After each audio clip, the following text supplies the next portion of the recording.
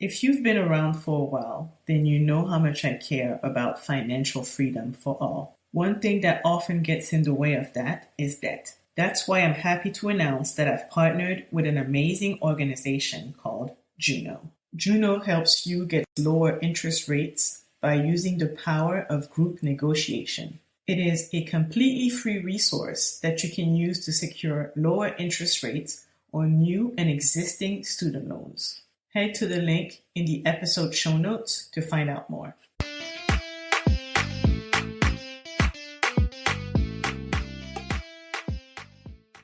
This is the Dreamers Podcast, episode 53, with Rich Jones, host of the Mental Wealth Show and founder of personal finance platform Paychecks and Balances. Today is January 18th, 2022.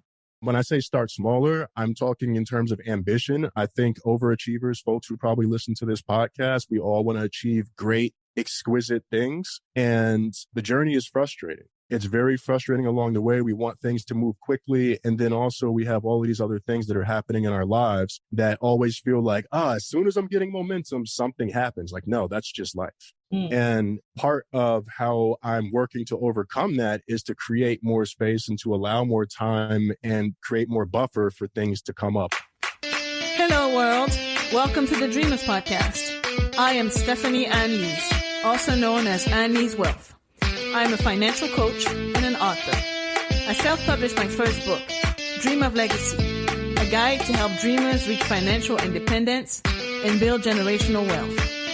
In this podcast, I'll have conversations with experts and thought leaders who dare to follow their dreams. You'll hear about their journey and their money stories.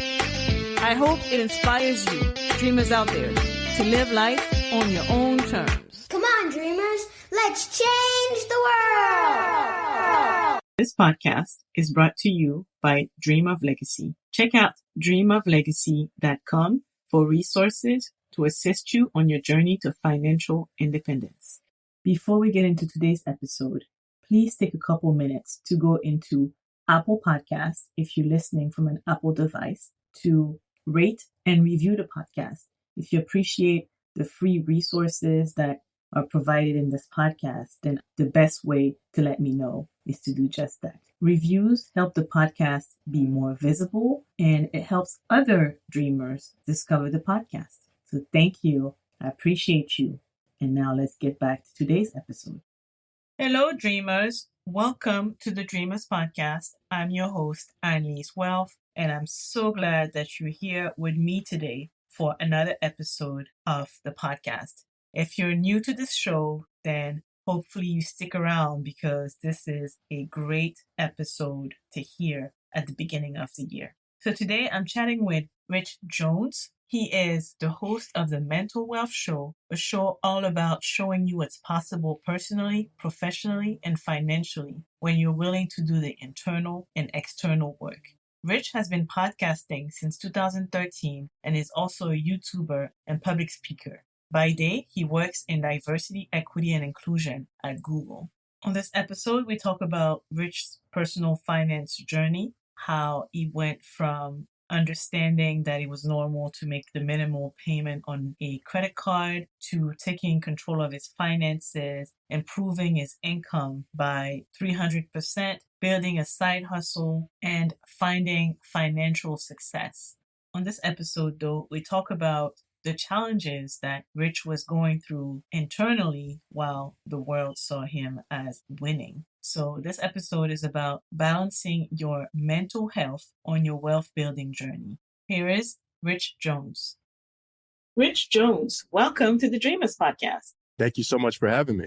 Can you tell our listeners a little bit about you and what you do? Yeah, so at least by night, I'm a podcaster, YouTuber, writer, public speaker, and by day, I work in diversity, equity, and inclusion at Google. So I've been running the Mental Wealth Show, the name of the podcast now, for several years, previously called Paychecks and Balances. Paychecks and Balances is the parent company, the overall brand, and the Mental Wealth Show is the podcast portion of that. And these days I'm talking a lot more about mental health, performance, and how some of the challenges that I've faced in my life, particularly behind the scenes, while publicly it appeared that I was winning, making sure that people understand, like, here's the real of what's happening and here's how I was able to overcome that. And not just like, because I did it, so that means you can do it too. But a lot of times people don't see that folks are struggling. All they see is folks winning and achieving. And it's sometimes helpful for people to realize that, like, oh, there is someone else who had an experience just like me.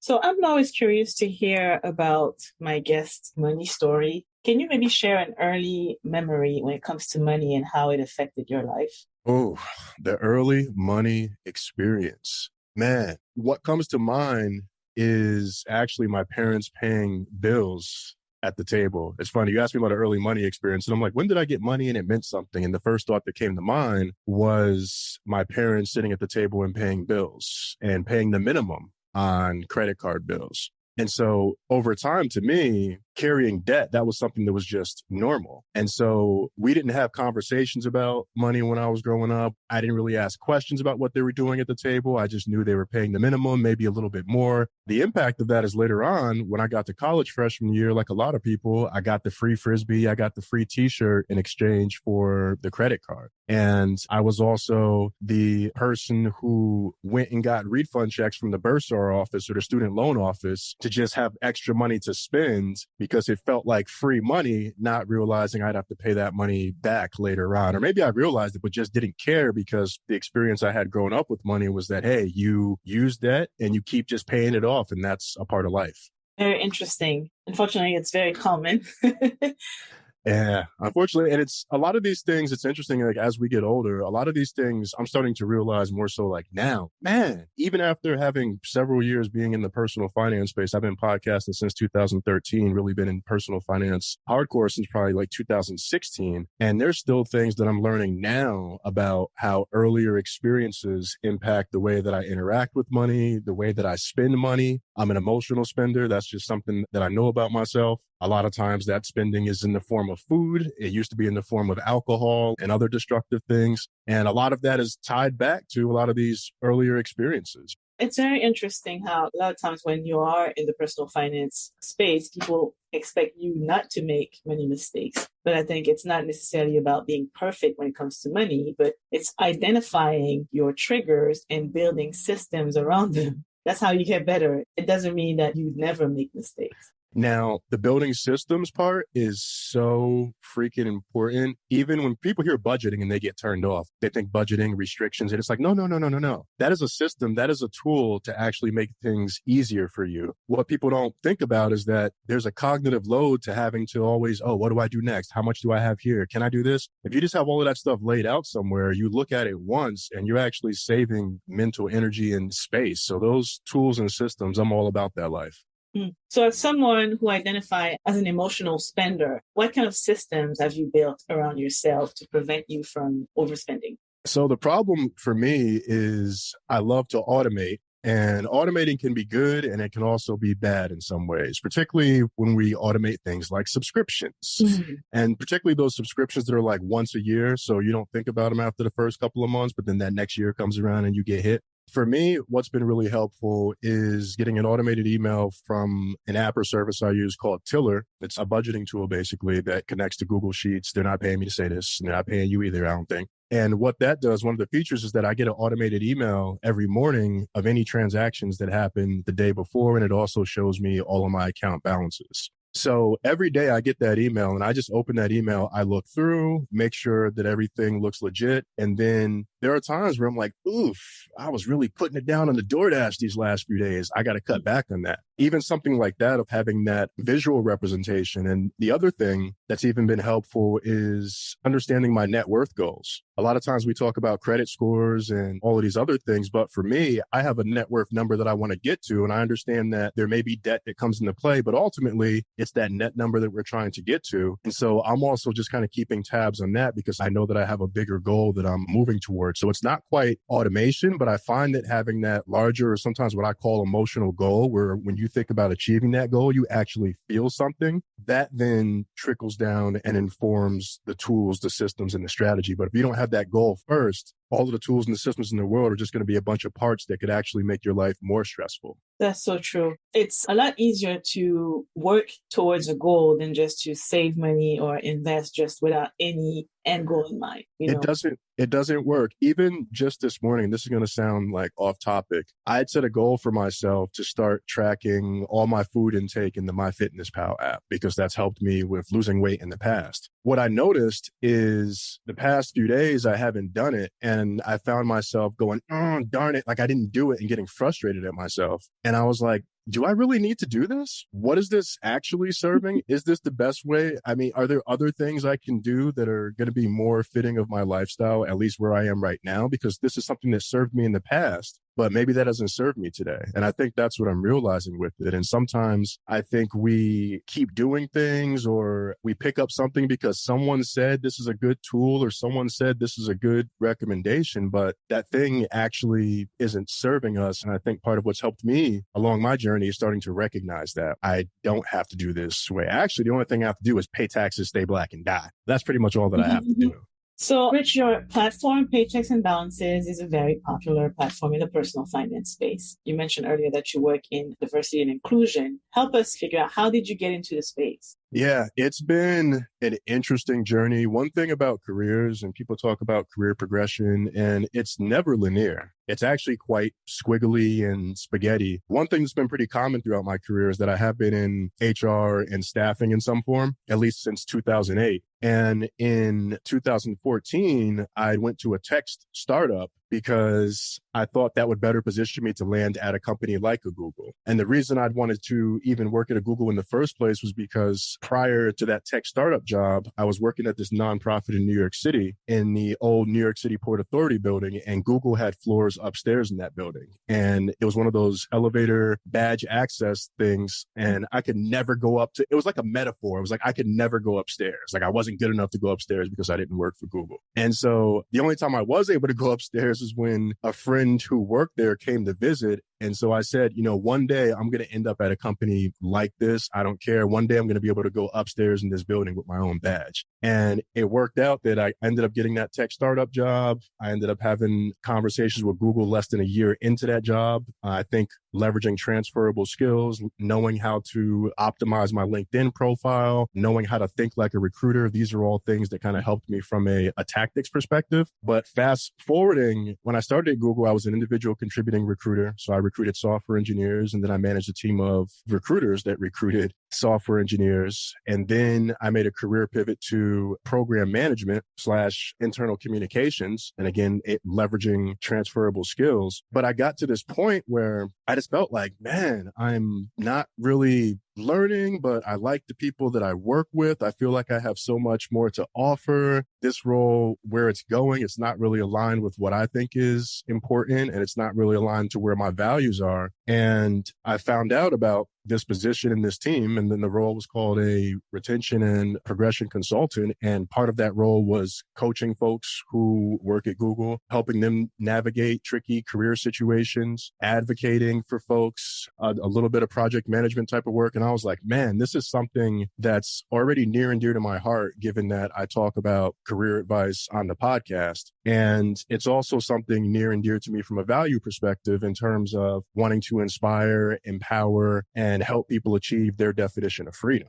And so I've been in that role since April, and it is the most purpose-driven, career-aligned role that I've had in my professional career. But it is also the most emotionally draining and challenging role that I've had in my career. And I think if you talk to a lot of people, or anyone really who's in the diversity, equity, and inclusion space, they'll probably tell you a similar story, especially when you're doing the work for people that look like you, and you're also like one of those people, and you're doing the work on top of it. That ended up with me having to take a mental health leave at the beginning of September, because I found myself again at a place where I was like, man, I actually like what I'm doing. I feel like it's purpose driven. It has meaning, but this stress, this anxiety, I got to step away. And it was during that leave that I actually got a lot of the clarity and a lot of the insight that I'm sure we'll probably talk a little bit about today. So how did you become very interested in, talking about personal finance? At what point? When did that happen? So that was actually back in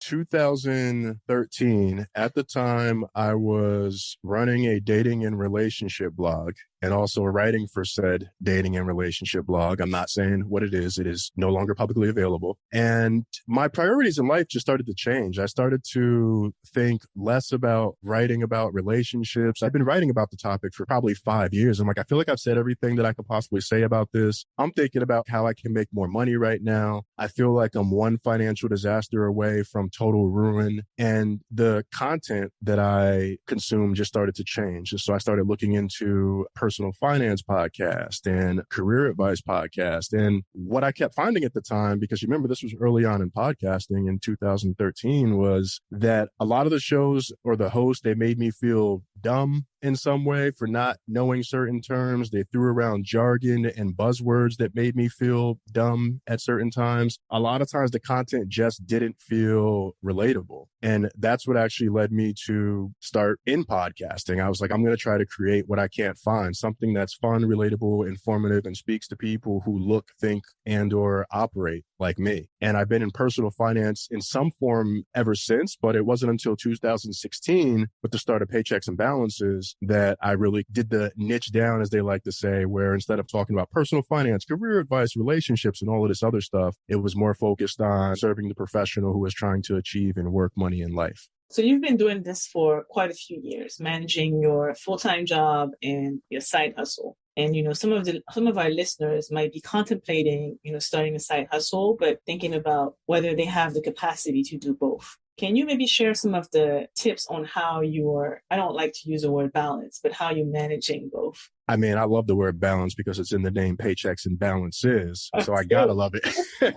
So I gotta love it. But you know what? I'm gonna challenge you a little bit on that, because one thing that I've learned a lot in these past few months while off is the importance of balance and what happens when things get out of it. Because for me, there was the day job that was emotionally draining, and I knew that it would be challenging when I accepted the job, but I underestimated exactly how challenging it would be. And part of what makes it challenging is how much I care. That's actually the hardest part, is how deeply I care. And sometimes when you see things not work out, the way that gets to me is just very deep. Also, when I've been too focused on one thing. So when I'm too focused on the podcast, I've had relationships suffer in the past because I get so tunnel vision about achievement, trying to come up. But when I think of balance now, you may have to ask me the question again because I'm sidetracking. But when I think of balance now, I think about creating space for myself. And I think about not having to do anything that I don't want to do. I literally have Post-it notes up around that say I do what I want, because I can easily get myself overwhelmed by taking on too many projects. And side hustling. There we go. By taking on too many projects. So one of the biggest things for me is, if I were to do this all over again, is I would actually start a lot smaller. And when I say start smaller, I'm talking in terms of ambition. I think overachievers, folks who probably listen to this podcast, we all want to achieve great, exquisite things. And the journey is frustrating. It's very frustrating along the way. We want things to move quickly. And then also we have all of these other things that are happening in our lives that always feel like, as soon as I'm getting momentum, something happens. Like, no, that's just life. And part of how I'm working to overcome that is to create more space and to allow more time and create more buffer for things to come up. I'm also someone who has ADHD as well. So like, I have to have structure. And so I've decided, as painful as it is, I have to get back to 6 to 8:30 in the morning is going to typically be my creative time before the day job. I don't like to have to get up that early. I wake up and I feel kind of groggy, but that's when my brain is the clearest, because I know that after I get off of the day job, by probably 5 or 6 p.m., my brain is going to turn back into a pumpkin and I'm not going to be able to get anything done. I've actually found that things that I do in the morning that take me 30 minutes, if I try to do those same things in the evening, it might take me 2 hours,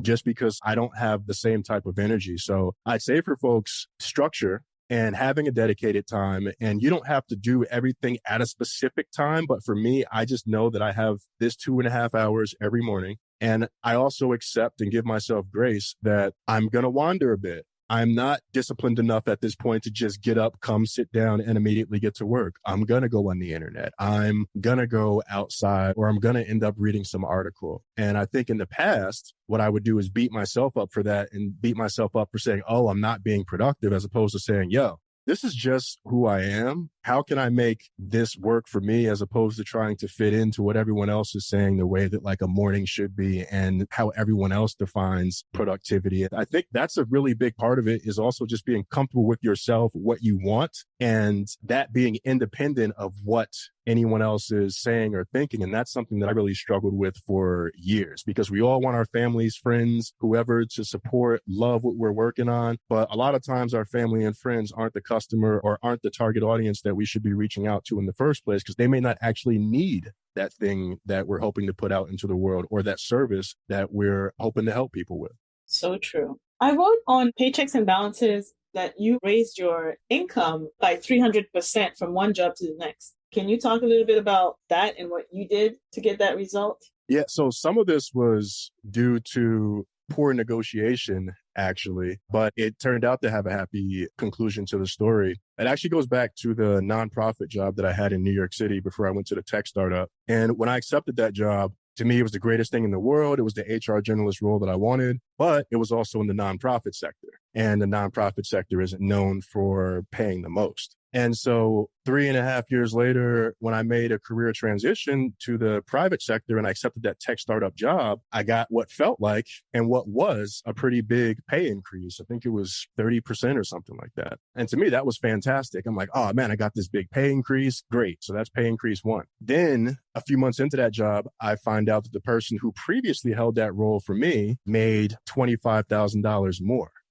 And I realized that what I did not account for is salary compression. And basically that's kind of what happens where you do a job for a while, you get a few pay increases, someone comes in doing that exact same job on day one and gets paid the same or more than you. So what I didn't account for was that, yes, I'd gotten these little incremental increases year to year at the nonprofit, but that was nothing compared to the increases that people were getting in the private sector and what people were getting as they were accepting new jobs. I mean, we talk about bull and bear markets for the stock market. It's the same thing in the job market as well. And so that first pay increase, great, fantastic. But I found out that I actually should have been making a lot more had I actually looked at more information in the market and not gotten myself to the point with that nonprofit job where I was so desperate to leave that I took the first job that checked the minimum amount of boxes. Then when I moved to Google, they actually made me right in terms of where I should have been compensation wise. And what really helped with that total compensation increase is having a annual performance bonus, having stock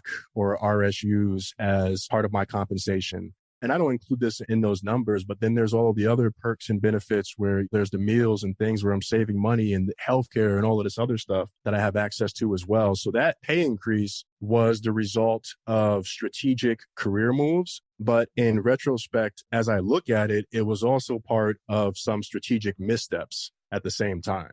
So by the time you were interviewing with Google, were you doing the research to have more data on what your salary would look like, or how did you get right? Yeah. So for that role, I did do the classic online research that folks did, at least at the time, like salary.com. I know there's anonymous sites. It's not water cooler. What is it called?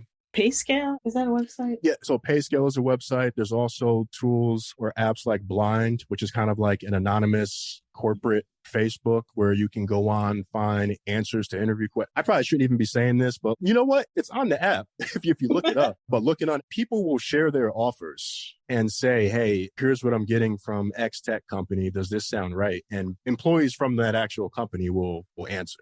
That level of detail or that type of app wasn't available when I was looking at the Google job. It was more so the Payscales and the Indeed.coms. It was nothing compared to, actually, had I followed those sites, I would have under-negotiated, which is crazy. And I'm actually thankful that they didn't do the undercut where someone says a lower number and the company just pays them at that lower number as opposed to paying them where they should be. They made it very easy for me that when I got the offer and I went through everything, it checked all the boxes and more. And I think I made like a small ask just for the sake of making an ask. It was the first point in my career where I was like, man, I think I'm really on the path to where I thought I would be. And without getting this job, I'm not able to pay off my debt in 2018 and become 100% debt free. I'm not able to pay off my car note 2 years early. I'm not able to even do what I just did like last week to go in and put 60 to 70% down on a car. Some people would be like, if you was really balling, you would have just paid for it all in cash. No, I don't have to do that, but I'm gonna pay it off in under a year. The job itself has just provided a lot of freedom in ways that I couldn't appreciate before that I appreciate now. And so one thing that I really encourage people with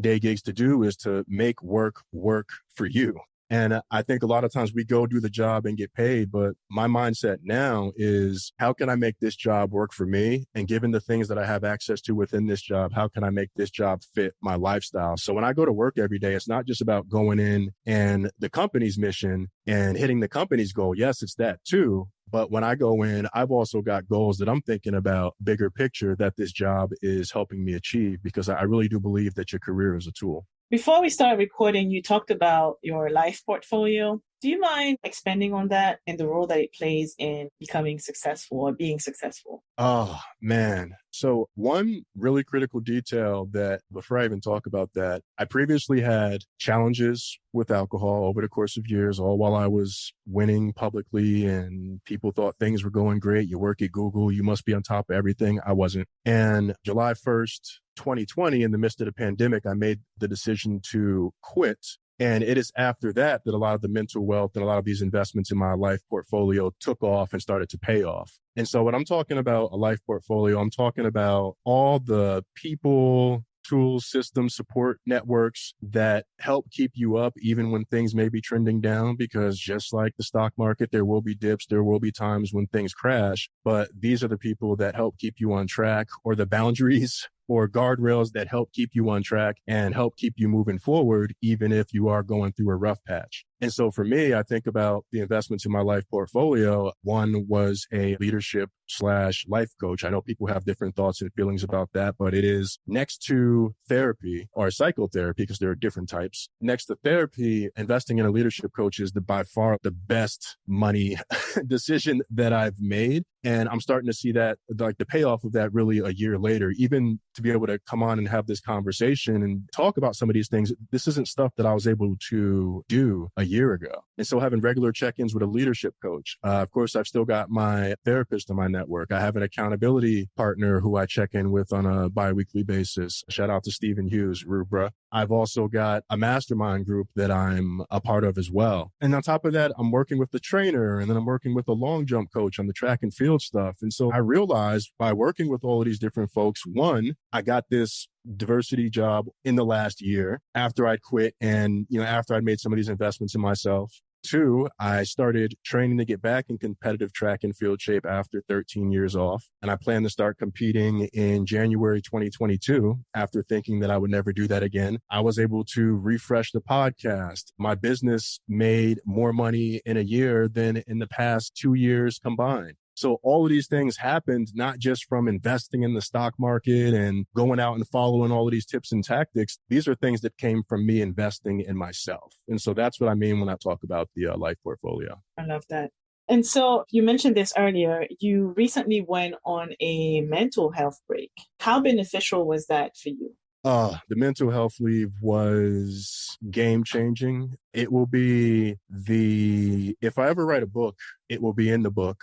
It is part of the reason that I changed the name of the podcast. It was just that important to me. And what people don't tell you about leaves is what it's like to be alone with your thoughts when you have things that you haven't confronted or you haven't dealt with internally. Because I think a lot of times we may have unresolved trauma or we may have issues, things that we're trying to avoid. So we use work as a tool to stay busy, to stay distracted. Even sometimes if we can't sit in silence in our car, we have to immediately turn music on because we don't want to be alone with our thoughts. Well, when you take a mental health leave, at least if you take it the way that it's intended to be taken, you're not working. You're not doing a bunch of other stuff to stay busy. Whatever uncomfortable feelings you have and whatever thoughts have been suppressed or negative self-talk you've had brewing in your head that you've been holding back by staying busy, all of that stuff comes out. And so what people don't talk about with these leaves is, you just get a break and then you just relax. No, that first month, that first 6 weeks was really freaking difficult.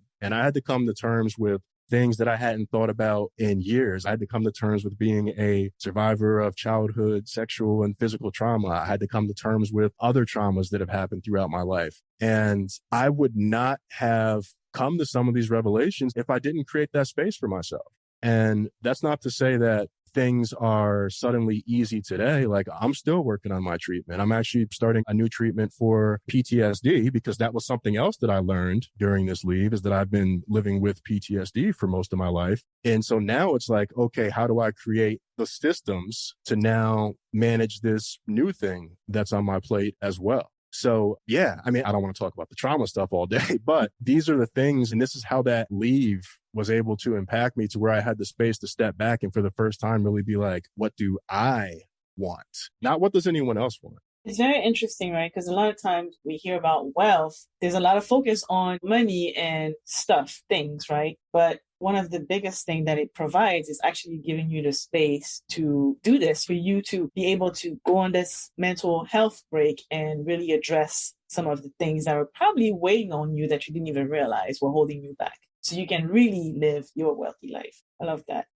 Yeah, because I think at a very basic level, we all have a cycle that we need to break, whether it's getting to sleep earlier. It doesn't have to be as dramatic as needing to conquer or quit alcohol or break an addiction. I mean, it could be maybe you shouldn't eat that one bag of Welch's fruit snacks every day. That's probably a good place to start. And so that's me telling on myself. That's my addiction right now is fruit snacks. But yeah, there are just so many different things that we think about or we feel that we're alone on a daily basis, and we're not. The people that we're working with, the people that are frustrating with, my general belief is that everyone is doing the best they can to be happy. And sometimes that doesn't look positive for someone. Even if someone is struggling, like, they're probably doing the best they can. When I was younger, when I was a child, when I was growing up, all of the stuff that I dealt with, I was doing the best that I can. So I encourage people, like, one, you've also got to be able to give yourself grace through these things as well, which is something that I don't think we do enough of because we get so caught up in trying to achieve numbers, money, wealth in the traditional sense. So tell us more about the Mental Wealth Show and what's the vision behind it? Yeah, so this feels like part of my personal renaissance. And for me, Paychecks and Balances very much is still the top level brand parent company. I don't even like to call it a brand, but it'll be there forever. And it's something that I've dreamed for a while of, having a media company that had multiple productions and maybe sub companies under it. And now, of course, after having all of this space, that's also becoming more of a reality. And so the Mental Wealth Show to me is evolution first and foremost from a personal perspective. And it's really about showing people what's possible personally, professionally, and financially when you're willing to do the work. And I'm not just talking about go to your job and earn a paycheck. I'm talking about some of that difficult work where you're sitting with your thoughts, you're developing a routine, you're checking in with a therapist, or you're looking for one. And I don't know that every single person needs to go see a therapist, but there's probably something that you need to work on or could be working on that if you figured that one thing out, it would unlock a whole other world of possibility for you. So I'll still be talking to folks in the personal finance space, the career space, but I can also talk to athletes. I can talk to performers, musicians. I can talk to psychiatrists, therapists. The realm of people that I can talk to that I think holistically makes up the way that I see wealth is a lot more clear and will be a lot more obvious in this iteration of the podcast. So for anyone who wants to build wealth, but not at the expense of their mental health, if you had one piece of advice to give them, what would it be? Anyone who wants to build wealth, but not at the expense of their mental health, I would say come up with a list of, one, emotional goals. And when I say list, I don't want to make this onerous. You know what? Come up with one emotional goal. By emotional goal, something that when you think about achieving it, you actually feel something. And then come up with one step to help you move toward that goal. Just the first step. So just what the goal is and what the first step is. Don't worry about anything else, just that first step. I share that because I am an overwhelm machine. I'm a catastrophic thinker, and I don't even do big, long to-do list in front of me anymore because it stresses me out. I'll literally write maybe 3 things most on a Post-it note, and just the less things you see, when you do cross off that one thing or you do cross off those 2 things, that feels far better than crossing off one thing and then still seeing 10 or 11 other things that aren't done. That's true. Rich, I'd like to end the interview with a round of rapid fire questions. Can you tell me about a book that changed your perspective on life? Oh, a book that changed my perspective on life. I can. The One Thing by Gary Keller. And I'm listening to it right now. yeah. And you know what? Obviously, I didn't know that I was going to say that, but when you consider what I was just saying, like about like finding one thing, that's actually, that's why. And I'll give a second book, one that just came to mind off top, The Big Leap by Gay Hendrick. It was the first time that I read about the concept of identifying your zone of genius. That book was responsible for me making the pivot out of recruiting into that program management communications job. So I don't make that first career pivot at the time that I do, or around that time at least, if I don't read that book. And that idea of the zone of genius is also how this isn't rapid fire at all, but that zone of genius is also how I weed stuff out and say, like, this is something I should be working on, and this is something that I shouldn't be working on. What's one thing about money you wish you could tell your younger self? Stop spending so much of it. What is the best investment in yourself you've made so far? Leadership coach. And he bills me more and more, and I pay him more and more because it feels like it's just the beginning, and I've been working with him for a year and a few months. Filling the blank in 3 words or less. Money to me is tool for freedom. What do you want your legacy to be? That I created something that inspired and empowered millions to achieve their definition of freedom. Love it. Rich, thank you so much for coming on the podcast. It's been such an amazing conversation. Can you please tell the Dreamers where to find you? Hey, yo, Dreamers. So you can find me all around the internet. My individual handles on Twitter and Instagram at I am Rich Jones. If you want to follow Paychecks and Balances, the Mental Wealth Show, you can do all of that at Pay Balances, PayBalances on Instagram, Twitter, also on LinkedIn, and you can find everything else as it relates to P&B, what I'm up to at paychecksandbalances.com. If you are gearing up for a job search, I know we didn't talk a whole lot about this, but I do have a free 5-step guide to changing your day job that includes actually some of the tips that I talked about on this episode, and you can get that by visiting changeyourdayjob.com. Thank you so much, Rich. No problem. That was Rich Jones. I hope you enjoyed today's episode. Coming up on the podcast next week, I'm chatting with Jacqueline Shattuck. She is a certified financial planner who went from not having much to her family inheriting $1.4 million and trusting the wrong financial advisor. So as a result, 4 years later, they had lost everything. So we unpack that story on the podcast next week, as well as how families can prevent that from happening. Thank you for listening to today's episode of the Dreamers Podcast. You can find the episode show notes and all of the links mentioned at dreamoflegacy.com. If you liked today's episode, here's what you can do to support me and help more dreamers discover the podcast. Follow the podcast on Apple Podcasts or wherever you listen to podcasts. Rate and review the podcast to help the podcast gain more visibility.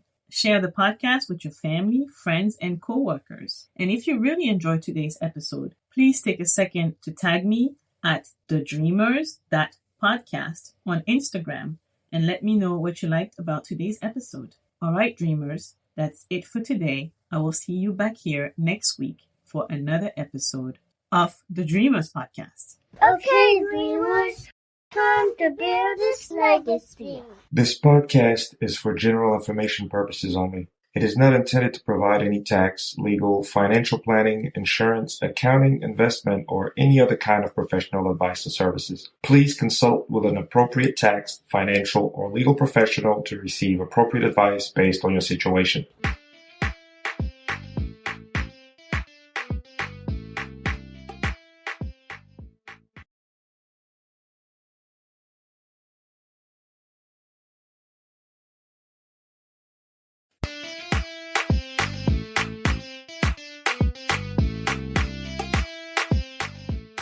Sunday, Skincare Day, is one of the ways I keep my sanity in these crazy times. Dreamino is an all-natural, Black-owned skincare brand carefully handcrafted by parents who could not find the proper care solutions to address their family skin problems. All Dreamino products are made of organic and high-quality ingredients. meticulously chosen to give your skin the smooth result and the glow it deserves.